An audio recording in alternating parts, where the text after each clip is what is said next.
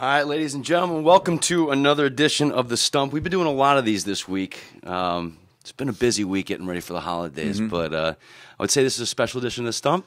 Okay. Because we usually keep it local, but we kind of are It's right regional. now. It's still regional. Yeah, we have founding member of the Black Crowes, new band, Trigger Hippie, playing at Growlers tonight. I'm going to say doors at 7, show at 8. Let's say that. Let's say that. Real Memphis time. 8 o'clock, by the way. Not old Memphis time. Real Memphis time. Okay. Steve Gorman. Appreciate you being here, Pleasure man. to be here. Absolutely. Thanks for having me. Absolutely, dude. It's a trip. We're getting ready for you to come here, and obviously we can hear you every day on our station from 7 to midnight. Right. And we're getting ready for, remember, he's just a human being. We're getting here in the building. Yeah. Because it just He's a human being in a Ford Fusion that he rented in St. Louis and drove here. Yeah, I saw that New York plate. Yeah. I just shuffle those things around. Oh, yeah. But, yeah, you got to – I'm just thinking of the list of things that you do, man. You got a book, Hard to Handle, Rise and Fall of the Black Crowes. Life and Death. Life and Death. Although Rise and Fall was considered. Really? Didn't seem like it was specific enough. Oh, you wanted a little more hard? You got to, Life and Death. Okay. But then you also got you have Trigger Hippie. You have podcasts. You've got radio shows. Dude, when do you sleep? I take a series of naps throughout the day. See, I'll knock down for a good 5 or 6 hours at night, and then there's 2 20-minute naps usually in a day. Yeah, well, and it's just it just resets the brain. Well, to say that young people don't understand the value of a nap. I've been napping my whole life. I've had the power nap going since I was in high school. Are you one of those sociopaths that can just sleep on the dime? I could go right now. Oh, that's a gift. It is a gift. That's a gift from God. I don't remember the last time I was on a plane where I remember takeoff. It doesn't matter what time of day or what I've had to eat or drink or how much sleep I've had. When I put on a plane seatbelt and I put headphones on, I'm asleep in 3 minutes. I always wake up mid-flight.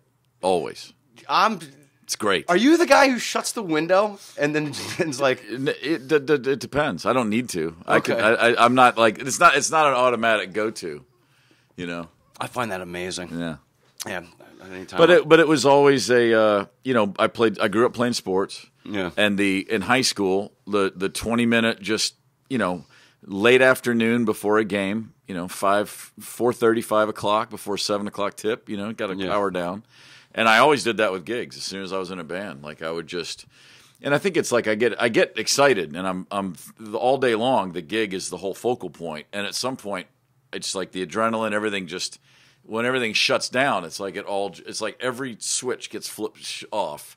And I go down for 20 minutes, and then I'm sort of fresh and relaxed and settled in for a gig. That's the total opposite from what I hear from most people because they get jacked up and amped beforehand. So they kind of. Well, I think it's a reaction to getting jacked. It's like people who are really, like depression or rage. A lot of things put people to sleep. Actually, a lot of people's reaction to really stressful, anxious situations can be to just get really sleepy. It's like your circuits get overwhelmed. Yeah. And I think with me, it's before knowing I'm about to go into a place where I'm going to be really focused. When I play gigs, I don't remember them after they're done a lot. I mean, it's the most present I can be is sitting at a drum kit. Yeah. And so it's it's just all, there's no chicken or the egg. It's just what it is now. But normally I don't take a nap before every gig, but almost always there's a moment where even if it's just 10 minutes, at this point, it's just part of it's Pavlovian, It's if I'm sitting there and it's kind of, after sound check, I just looking around the room and I'm kind of I think I'm just gonna shut my eyes for a minute. It just happens. It's just cool to know that if they see you on stage and you're rocking it out, this is a man who just took a nap 10 minutes earlier. Oh, I've played gigs where I was told let's go, man, you got to go, and I wake up and 2 minutes later I'm walking to the stage. You just start patting your thighs. Usually it's earlier than that. I was at the. But, in 1995, the Atlanta Braves won their lone World Series. Yeah. And I was on the field for all those games. I had full press credentials with a photographer, so I could just be right there. When they won the series, for the record, when the team was celebrating at the pitcher's mound and there's a ring of photographers around them, I was one of those guys. I was on the field with them. But the point of this story is, before Game 6, was talking to Ned Yost, who was the bullpen coach at the time. He's a manager now. He's been, but he was a Crows fan, and I'd met him a few times, and I walked over, and it's like during BP, I'm on the field, and then first pitch is like 8:05, and it's 7 o'clock, and Tom Glavine was the starter. I said, how's Tom doing? We going to get this tonight? And he goes, oh, it's over. I go, ain't going to be a game 7? He goes, not a chance. I said, how do you know? He goes, well, he's sound asleep. It was an hour before the first pitch. Really? I go, he's asleep right now? He goes, yeah, there's a Barca lounger. It's leaning back. He's in a big lazy boy. He's out. He goes, they're probably waking him up right now. But when he takes a nap before he pitches, he can't be beat. It's game 6 of the World Series. Yeah. And I was like, my man, Tommy Glavine, right on. That's mind-blowing. Yeah. It's just because... Yeah, I don't even know how to comprehend that because I'm not that person. Yeah. So if you have that gift, go for it. That's cool. That's a funny detail about that. Yeah. Rest in peace, Fulton Stadium. How does it feel to know? Yeah, how does it feel to know you've lived through 3 stadiums? It's disgusting. For the Braves. It's terrible. I hated when they moved. Because the thing I hated about it was they got a free stadium that the Olympics paid for. Yeah. And then they raised the rates. They went 35% up on ticket prices. It's like, this didn't cost you anything. That pissed me off. It pissed me off that when the stadium opened, they had 6 years to build a spoke for the train to go there, and they didn't do it. No. Like, you still had to walk 1.5 miles from the train station, which I don't mind walking, but for general purposes, if the MARTA went right to Turner Field, that would have been a game changer for people going to the game. And then secondly, 20 years later, you got to build a new stadium out in Cobb County. It's bullshit. Yeah, well, I mean... Excuse me. No, you're good. It's not cool. It was funny, and the same thing happened because Georgia Dome, I lived in Atlanta I went to high school there, and I was out in Paulding County for a minute, and I just thought it was a trip that, the Georgia Dome was only 20 plus, just a little over 20 years old. Yeah, but that place was obsolete right after they opened it. I mean, like they opened the Georgia Dome, and then the next time a new stadium opened, it was like, oh God, it was like the future had happened. You can have TVs? Yeah, they just missed the boat. You know what I mean? It was like Comiskey. The White Sox opened Comiskey, and everyone was like, this is the best new stadium. And then Baltimore opened Camden Yards like a few months later, and everybody went, oh, no, actually, this is the way to go. Like there's these huge upgrades, and there's a series of stadiums that just missed the cut. Like they're out of date. The Comiskey's not nearly as bad as the Georgia Dome was, but the Georgia Dome it felt old right when it opened. It feels like a degree in tech. Yeah. Like when you graduate college and you got this nice new shiny degree, 5 years, it's just like it's not worth anything anymore. It's true. That's a stadium. My son's a freshman in college, and when he was in preschool, I saw a thing, and there was just a guy was talking about some childhood psychologist thing. You're sitting there answering questions about the 6-year-old brain is here. And this guy, just as an aside, he said, well, every study shows by the time these kids get out of college, the average career is going to be 6 different jobs. Yeah. It used to be 2. Yeah. You got your one job out of college, and then you get your real job. He goes, it'll be 6 jobs.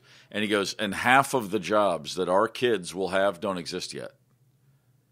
Yeah. And everybody was like, wait, what? Kind of sits back. But this is 15 years ago. A lot of things, but it was, think about where cell phones were 15 years ago. Think about where tech was 15 years ago. Yeah, none of the stuff we do every day on a daily basis was a part of our life in 2005. None of it. I mean, you just look at the music industry in general and just see how it's kind of changed and adapted. Oh, yeah. And probably forcefully along the way, just as an example, because now I couldn't fathom having the access. That's why I'm curious to see how you feel about streaming services like Spotify and all that, because they get flack on the street because they don't pay artists enough. Yeah. But meanwhile, I think to myself, are you in a band good enough to have worldwide distribution on your own without a record contract in the 90s? Well, I honestly don't think about it, and for a variety of reasons. One is there's nothing I can or would do to change it. I don't have time in a day to learn how to change anything like that. True. I mean, the record, the Black Crowes came out at the last gasp of the old industry, the business. But then what we realized was, well, every 2 or 3 years it changed always. It always changed. It was always, there wasn't the tech component, but as far as how things operated, every realm is evolving at all times. Look at radio. Look at medicine. Look at anything. And so the music industry, it's easy to say, well, the 90s were cool because of this. But within that, it was changing. Just the shifts of what was cool change, not to mention what happens behind the scenes. So, I mean, to get to the point, I remember the first time I ever heard the word Napster. Yeah. There was a band conference call. I'm at my brother's house in Baltimore. I go in to take a call, and our manager, Pete, and the band, we're all talking about, okay, we got a checklist. Let's go down these things, this. And he goes, oh, by the way, I want to tell you something. There's this thing called Napster. Anybody heard of it? And we're all like, no. He goes, well, okay, there's files online of songs. And we're like, what does that mean? What do you mean a file online? You know, like we know nothing. We know we're all Luddites. And he goes, people can download songs, and they're not paying for them. And that's like saying... That was like saying a man's going to go to the moon. You know, we're like, that's not possible. What do you mean? That can't possibly work. Yeah. He goes, no. And he explained it to us. And I remember thinking, well, so how does this, what are we going to do about it? How does it, he goes, we're not going to do anything about it. We're going to adapt and realize we're entering a new realm. Yeah. And he goes, because this is just some site some dude started. He goes, this is the end of the world as we know it. Like, things are going to be accessible to people, and they're always going to find a way around it. And I remember he said, well, you know, people steal cable television. You know, this is just, there's always a way around, you know. And there's a will, there's a way. And I got off the phone, and I thought, this is really weird. And my nephew, Jeff, who at the time was 9 or 10, and who's now in an incredible band called Illiterate Light. They're on Atlantic Records, and they're, a year from now, you'll go, I can't believe he was talking about Illiterate Light. They're going to be huge. They're amazing. Awesome. Whole nother thing. Illiterate Light. Find that band. They're great. But my nephew, I went down to the basement, and he has a computer there and everything. This is in, 99 or 2000? When did Napster really hit? It was around that time. Yeah, it was around that time, yeah. And I said, hey, have you ever heard of a thing called Napster? And he goes, oh, yeah. I go, do you use it? He goes, yeah. I go, show me. And he pulls it up. And then he goes, yeah, these are all the songs I have. And he was always into music. And he's just got hundreds of songs. And I go, you got all those on your computer and you didn't pay for them? And he was like, pay for them? Like, it takes 1 second for someone to think, why would I pay for it? The minute you get something for free, you're never going to buy it again. There's no going back. It's like when promoters paper the house. It's like, hey, we put a crowd in there. Those people are never going to pay it. If you give someone a free ticket to a band, even if they love the show, they're not going to buy their next one. Mm-hmm. You know what I mean? Like it's just a general thing. It's like if you get something for free once, it'll never make sense for you to pay for it. Almost always. And I looked at that computer and I looked at him, and then he said, "Hey, Uncle Steve, have you ever heard of the Allman Brothers?" And I went, "Yeah." He goes, "They're really good." And right away, I had this two trains of thought, which was, this is egregious and theft, and they should kill these people. My 9-year-old nephew likes the Allman Brothers now? Like, how would he have ever heard them otherwise? Yeah. And I right away, I was like, well, this is a duality of thought and feeling. But it was like this, it's like the horse is out of the barn. Forget it, man. Game over. And we used to get these things called royalty checks every quarter. You just go to the mailbox and back catalog. Here's a big chunk of money because Shake Your Moneymaker is still selling and Southern Harmony is still selling.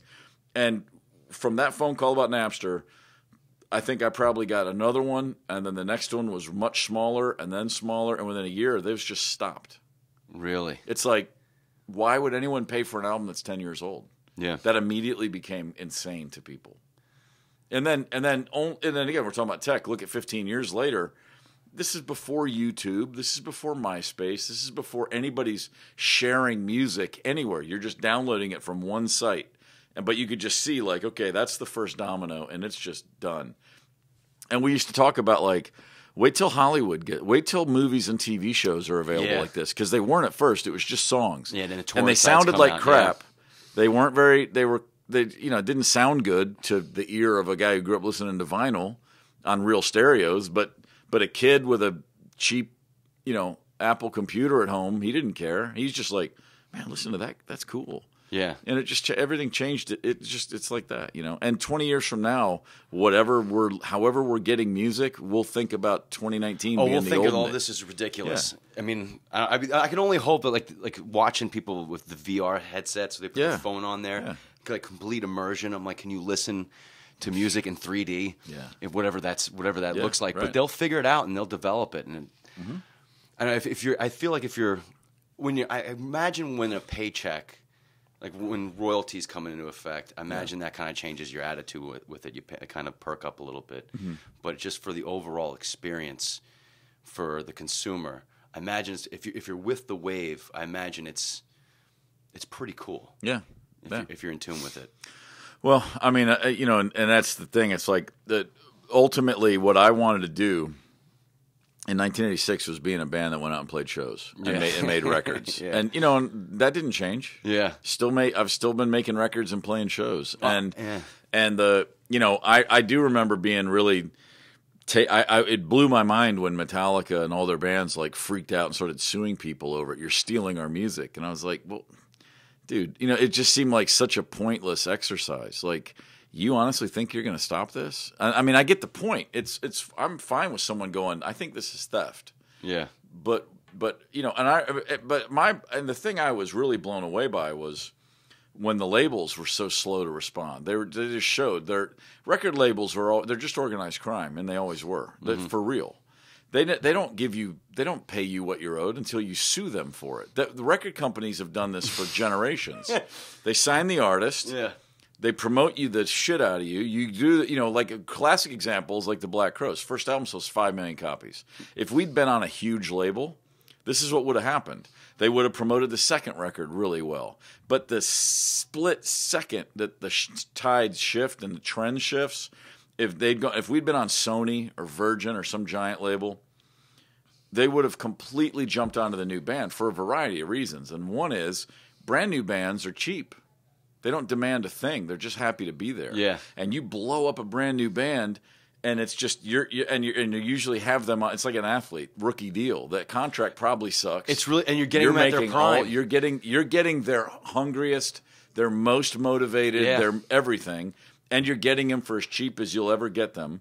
And you bleed and bleed and bleed and bleed and bleed them. And then in a minute that the public needs reminding, it's like, screw that. We got another brand new band that's just going to say thank you. Yeah. By the time you're on your third record, you're not saying thank you. You're going, who made this stupid decision? That's what bands do. That's what artists do. Yeah. And then you're like, hey, where's my royalties? And they're like, oh, we'll get it to you. And they just wait.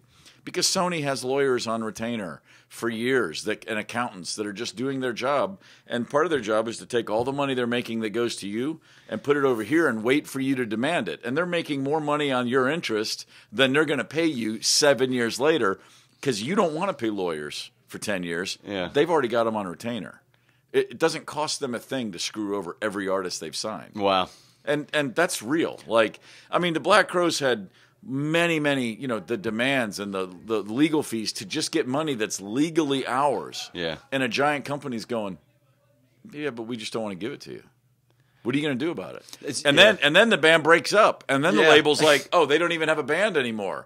Screw it. And then we can just hold on to this. And so then you got people who are like, you're forced into meetings with a lawyer, and you hate your former bandmate, but you have to agree to be an align. You have to align to go try to get money that's yours, but you can't get your hands on it because you hate each other. It's the oldest scam in the world. It's amazing. I'm glad you bring up that because I was just thinking, comparing to like how a newer form of distribution is anything different than it was before. Well, but it's now, so again, got a different dress.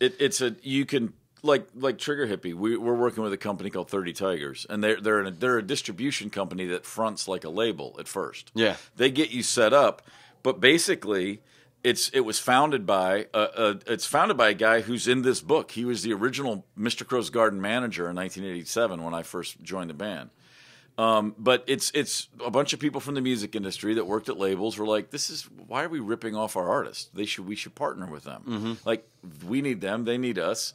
And it's a beautiful business model where we are the label, they're the distributor. So we're in charge. And they work with, Jason Isbell and John Prine. I mean, there's a million artists. Yeah. I mean, I shouldn't even start because 30 Tigers, this company has a ton of people that they work with, and they're tremendous. And so that's a whole different realm because you get some people who are like, this shouldn't be rigged against the artist. We need the artist. Like it should start with them.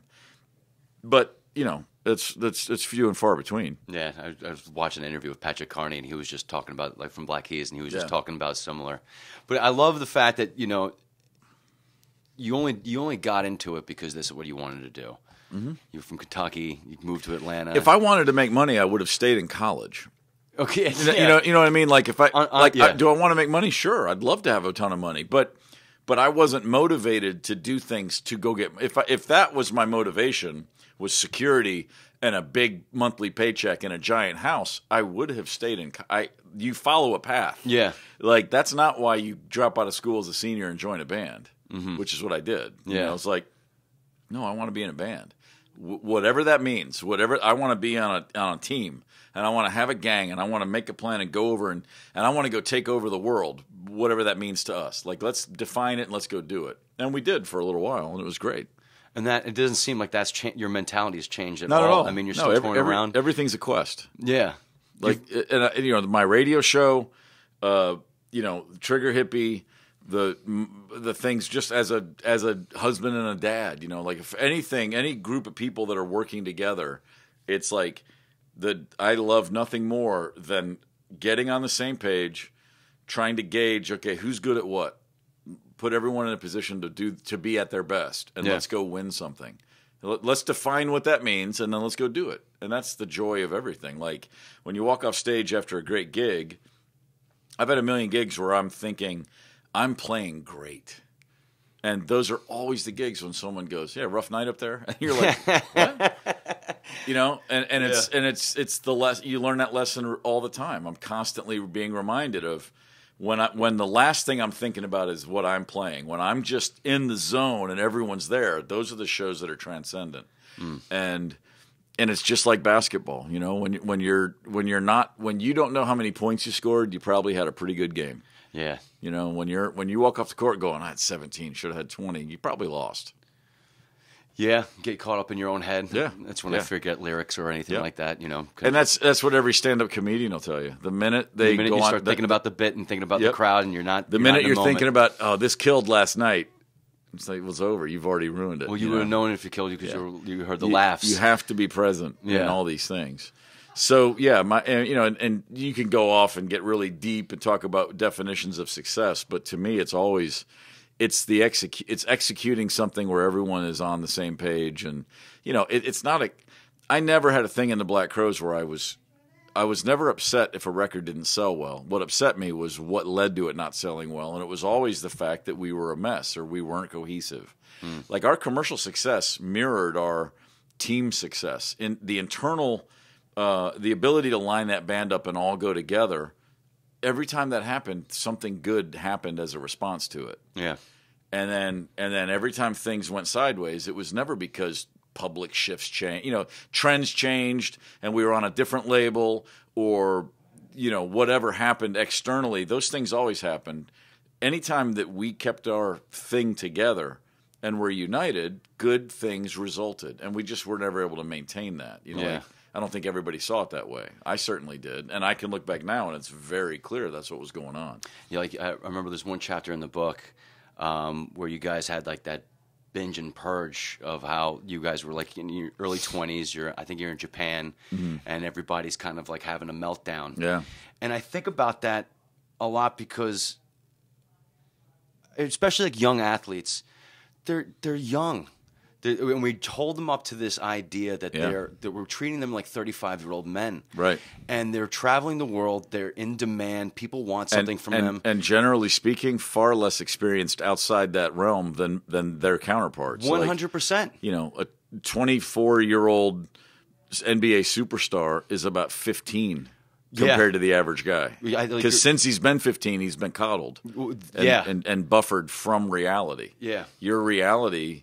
By the time these guys by the time they're in 9th or 10th grade, they've already been targeted and designated, and they're being developed. Yeah, and so when they break through the NBA, you're putting 19 and 20 and 21-year-old kids on private planes and flying them to Four Seasons hotels, and then you're wondering why they freak out sometimes. Yeah, it's like it's the most unnatural thing in the world. That's why I always take up for the celebrity.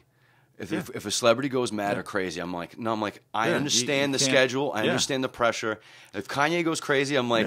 Let's just hear him out and see where this goes. That's why bands. What is it? Is it George Clooney who said everybody gets 3 years? If you're still kind of an asshole after 3 years, then that's just who you are. Yeah. But when someone gets fame, at any age, when someone is suddenly in that new place, Yeah. it takes a while. Even, like I was never famous outside of a black. I always said I have a 3-block radius around a Black Crowes concert where I'm famous. Yeah. And then, but if I go beyond that line, I'm just a dude in line at McDonald's like anybody else. But Black Crowes fans know who I am. But no. Generally speaking, I'm not recognizable, ever, which is perfectly how I wanted it. Yeah. Whereas I was in a band in the 90s where my singer couldn't go anywhere. In the space of 8 months, he went from brand new band, who's that kid with the big nose, and then 8 months later, he's famous. And famous in 1990 was famous. And so watching him go through that, I mean, it was weird.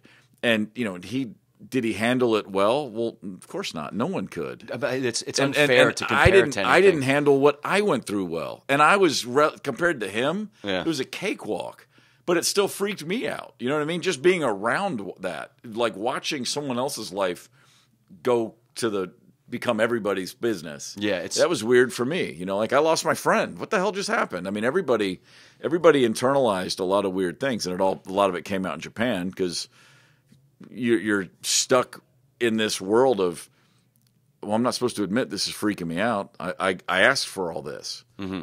And so, yeah, you talk about someone like Kanye, and anybody that's a legitimate celebrity, especially like an NBA player or a rap star now, a pop star, someone who's just the guy. Because rock bands don't break through like they once did. Well, it's a miracle that any of them get through it. That's what I think. It's funny because I think about bands like Greta Van Fleet. Mm-hmm. They're three brothers and a cousin, and they're when they broke out, they're 18 to 20, 21, 22, yeah. And so they get a lot of people mess with them because they sound a lot like Led Zeppelin or this and the other. But even Led Zeppelin didn't sound like Led Zeppelin in certain points of their career. So I think about the pressure and just the shot to stardom that they've had in the last 2 years, and they're going to hit that wall. Yeah. If they don't, awesome, more power to them. Yeah. And I'm guilty of kind of like poking fun at them from time to time. But sure. But you'd hope if they hit that wall, especially with the awareness we have on like mental illness and stuff, it seems like we're kind of softer in that regard. Very different world. So I imagine maybe they will have an opportunity to kind of like navigate it through it differently. And it's boring and it doesn't sound like rock and roll, but the fact of the matter is, it all comes down to how they were raised. It's who are their parents. Look at their parents, and then determine if they come from a place where there was some grounding along the way. I don't know anything about them, and that's not a. I'm not saying go look at the parents. I don't know a thing. I get it. But look at the parents. Look at their friends from school. Do they still have friends from high school? Yeah. What do their parents do? How are they? Bands are just like any other group, any other work zone in certain ways, which is if you're not aligned on what your values are, it's not going to work. The biggest issue with the Black Crowes, looking back, there's not the biggest issue, a lot of big issues, but one of them, at the end of the day, we didn't have the same set of values. And not that one's right or wrong, they're different. And when things are different fundamentally, which values are your fundamental, who are you, and what do you truly value? What is most important? Like when I said the most important thing to me is getting a team together to play either basketball or music or whatever, like that idea of we're all in this together. We have different roles, and one is not more important than the other. They don't work without each other, so why put them in a line of most important to least important? It only works if everyone's there. Yeah. And again, sports analogies are the cleanest. Like you can be the quarterback, but where are you without an offensive line? You're getting killed, literally. So stop valuing one guy over the other. It's the Bulls won 6 titles. How many did Michael Jordan win without Scottie Pippen? Zero. Yeah. Is he the better player? Of course. But did he win anything without Scottie Pippen? No. So why even have the conversation? It's all about where did the team go? Yeah. Where did the group go together? Now, not every member of the Black Crowes saw it that way.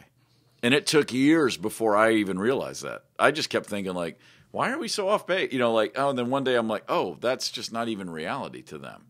And they looked at me like, what is he talking about? It's like you just – because when you're 25 and 23 and 22 and all these great things are happening, you don't have these kind of conversations. And I imagine the attitude and the goals are different now, especially with a newer band that like Trigger Hippie. Mm-hmm. You kind of get to have that conversation. 100%. This beforehand. we wouldn't be here if those conversations hadn't all happened. You know, it would be, or the band that's here, it would be different people. You know what I mean? Like this band was put together with, you have the music side first, you know, but you know, like, hey, do you want to do this? We write together. The songs are great. We all dig it, but it's a real, there's an alchemy to this, and it's chemistry's everything in a rock and roll band. Mm-hmm. It has to be. It's not a pop band where we have loops and samples and it's going to sound the same every night. Yeah, it's not. It doesn't matter if you're on the same page. We're talking about literally communicating, playing music live, and having. It sounds so trite, and I hate talking about music for this reason. But the truth is, we're communicating. We're trying to find a common message that excites us, and then bring it to a group of people. Yeah. And you have to to do that effectively, consistently. It really helps that everybody's on the same page. Like I said, like our values. Why are we doing? Fundamentally, why are we doing this? Is it for your personal glory as the singer? Mm-hmm. Is it for your personal glory as a songwriter? Is it for my personal glory as the drummer who can do I can groove? And if any of that's involved, it's going sideways. Yeah, you're getting in trouble real quick. And so you start. Yeah, like the good thing about getting older is hopefully you get smarter. And in my case, I've gotten a lot more patient. You know, it's weird. It's counterintuitive to think as the older I get, the more patient I get. But it's true. Because I hate the one thing I don't ever want to do is be in a situation where you get everybody together and then you go and then you're oh my God, you're going faster and then all of a sudden it's stop, we went too far, we're not ready for this, back it up and slow it down. The minute you screw with the inertia, mm-hmm. it's damaging fundamentally. It's way better to go really slow, and slowly pick up speed so that at every step along the way you just check in. Are you cool? Yeah, everybody knows where they were standing. You know, that didn't happen with the Black Crowes. It doesn't happen with any band whose first record is a hit. That makes sense. You know, we had guys tell us, you'd meet bands. Like in 1991, we were in Ireland, and Chris met Bono the first time, and he said, Bono just said, "You poor bastard." I can't imagine if our first album had sold 5 million copies, we would have never made it. And Chris was like, "What's he talking?" So funny. And Chris was like, "What's he talking about?" And I'm like, "Well, it's unnatural." Yeah, well, they like REM and U2, which are kind of the same. Their peer, they had the thing where every record's bigger than the one before. That's what you want. That's how you manage to stay together and be sane. It was Sturgill Simpson said, "There's nothing worse for a band success than a hit song." Yeah. Yeah, of course. The clock starts ticking. Well, if you look at Soul Asylum, it's a classic example of this great Minneapolis band in the 80s that were just grinding away, tiny clubs to bigger clubs to packing clubs to theaters, and it's just building and building and building, and then they get to Columbia and they have this giant one-hit song called Runaway Train. Yeah. And so all the diehards who've been there they're like, oh, well, we lost them. They're a hit band now. And then the new audience that loves Runaway Train doesn't know the first 5 albums. Yeah. And it's like it can really get in the way. It's a weird thing to navigate. Now, I'm never going to look at someone and go, "Oh, sorry, you had a huge hit." But it's a whole new set of challenges that the average guy in the street doesn't know or care about. But fans go, "Whatever happened to them?" It's like, well, I can tell you what happened to them. It's weird. They got this bizarre. You build this thing like this, and then all of a sudden, one song becomes your sole focal point. Yeah, Blues Traveler. They started the Horde tour. They built their 4th album had 2 giant hit songs, and it's like.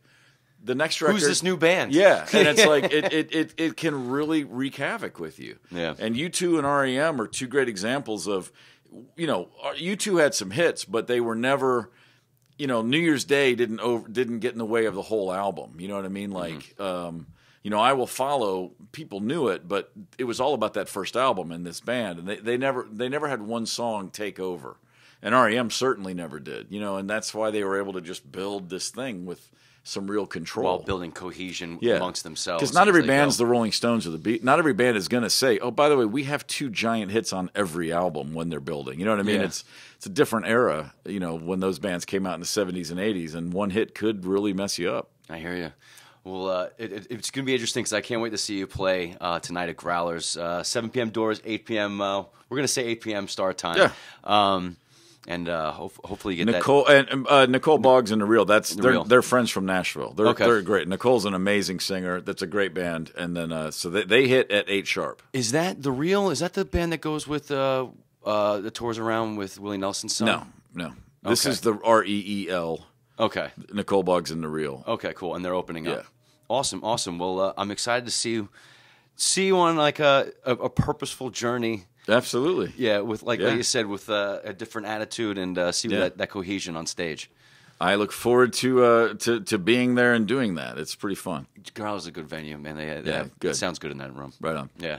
Steve Gorman, book Life and Death of Black Crowes, hard to handle. You can get that, I guess, on Anywhere you get books. It's really cool to say that you can just say anywhere. And I will say the audiobook, which I read, is also available. A lot of people who I have cornered the market on people who don't reading this book. That's not fair because The you have number a of people voice. the number of people who've said to me, "Dude, I never read, but I read this book." And I'm always like, "Okay, well, get some. Where are the readers?" Do you feel like it's cheating?